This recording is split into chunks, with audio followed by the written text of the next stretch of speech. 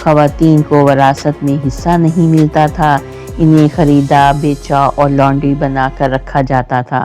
نبی کریم صلی اللہ علیہ وآلہ وسلم نے ان تمام برائیوں کو مٹا دیا اور خواتین کو ایک باعزت اور باوقار مقام عطا فرمایا۔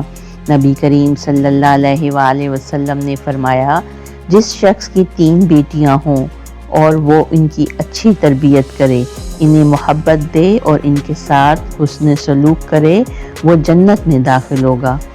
بیٹی کو زحمت کے بجائے رحمت قرار دیا۔ بیٹیوں کی محبت میں سب سے بہترین نمونہ خود پیش کیا۔ حضرت فاطمہ رضی اللہ تعالی عنہا سے بے پناہ محبت کی۔ جب وہ آتی تو آپ کھڑے ہو کر ان کا استقبال کرتے، ان کے ماتھے پر بوسہ دیتے اور اپنی جگہ پر بٹھاتے۔ ایک صحابی نے پوچھا، یا رسول اللہ، میرے حسن سلوک کا سب سے زیادہ حقدار کون ہے؟ آپ نے فرمایا، تیری ماں۔ انہوں نے پھر پوچھا، پھر کون؟ آپ نے فرمایا، تیری ماں۔ تیسری بار بھی یہی جواب ملا اور چوتھی بار فرمایا، تیرا باپ۔ ماں کو باپ پر 3 گنا زیادہ درجہ دیا۔ ماں کی خدمت کو جنت کی ضمانت قرار دیا۔ ماں کے ساتھ حسن سلوک کو ایمان کا حصہ بنایا۔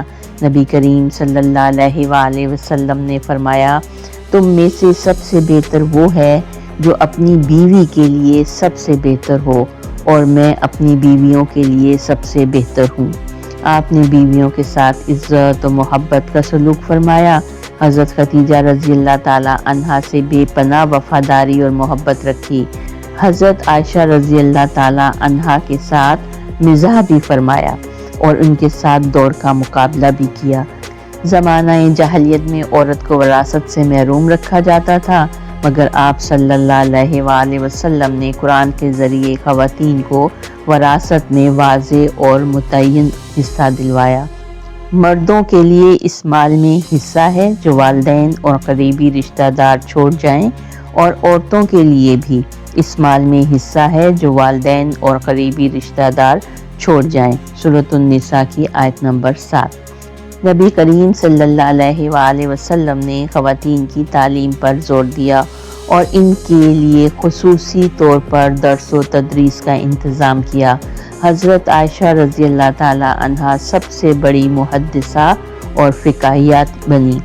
بہت سی خواتین نے دین کی تعلیم حاصل کر کے امت کی رہنمائی کی۔ آپ صلی اللہ علیہ وآلہ وسلم نے فرمایا، علم حاصل کرنا ہر مسلمان مرد اور عورت پر فرض ہے۔ نبی کریم صلی اللہ علیہ وآلہ وسلم نے خواتین پر ظلم اور زیادتی کو ختم کر کے ان کے تحفظ کو یقینی بنایا۔ بیوہ اور یتیم عورتوں کے حقوق میں سختی سے سفارش فرمائی۔ عورت کو جبراً شادی پر مجبور کرنے سے منع فرمایا اور فرمایا، جو شخص 3 بیٹیوں یا بہنوں کی پرورش کرے، ان سے حسن سلوک کرے اور ان کے حقوق ادا کرے، وہ جنت میں جائے گا۔ ایک صحابی نے نبی کریم صلی اللہ علیہ وآلہ وسلم سے شکایت کی کہ اس کی بیوی اس کی بات نہیں مانتی۔ آپ نے فرمایا، عورتوں کے ساتھ نرمی سے پیش آؤ، انہیں عزت دو اور ان پر ظلم نہ کرو۔ نبی کریم صلی اللہ علیہ وآلہ وسلم نے اپنے ماہی مشن کے ذریعے ہر قسم کے باطل کو مٹایا اور ان کے صحابہ اکرام نے اس مشن کو اپنی زندگیاں لگا کر آگے بڑھایا۔ حضرت ابو بکر صدیق رضی اللہ تعالی عنہ نے فتنوں کو ختم کیا۔ جب نبی کریم صلی اللہ علیہ وآلہ وسلم کی وفات کے بعد مختلف قبائل نے زکوٰۃ دینے سے انکار کر دیا اور جھوٹے نبی پیدا ہونے لگے تو یہ اسلام کے خلاف ایک بڑا فتنہ تھا۔ حضرت ابو بکر صدیق رضی اللہ تعالی عنہ نے ثابت قدمی اور بہادری سے اس فتنے کو مٹایا اور اعلان کیا، اگر لوگ نبی کریم صلی اللہ علیہ وآلہ وسلم کی زندگی میں زکوٰۃ دیتے تھے تو اب بھی دینی ہوگی۔ آپ نے مسلمہ کذاب جیسے جھوٹے نبی اور دیگر باغیوں کے خلاف جہاد کیا اور اسلام کو دوبارہ مستحکم کیا۔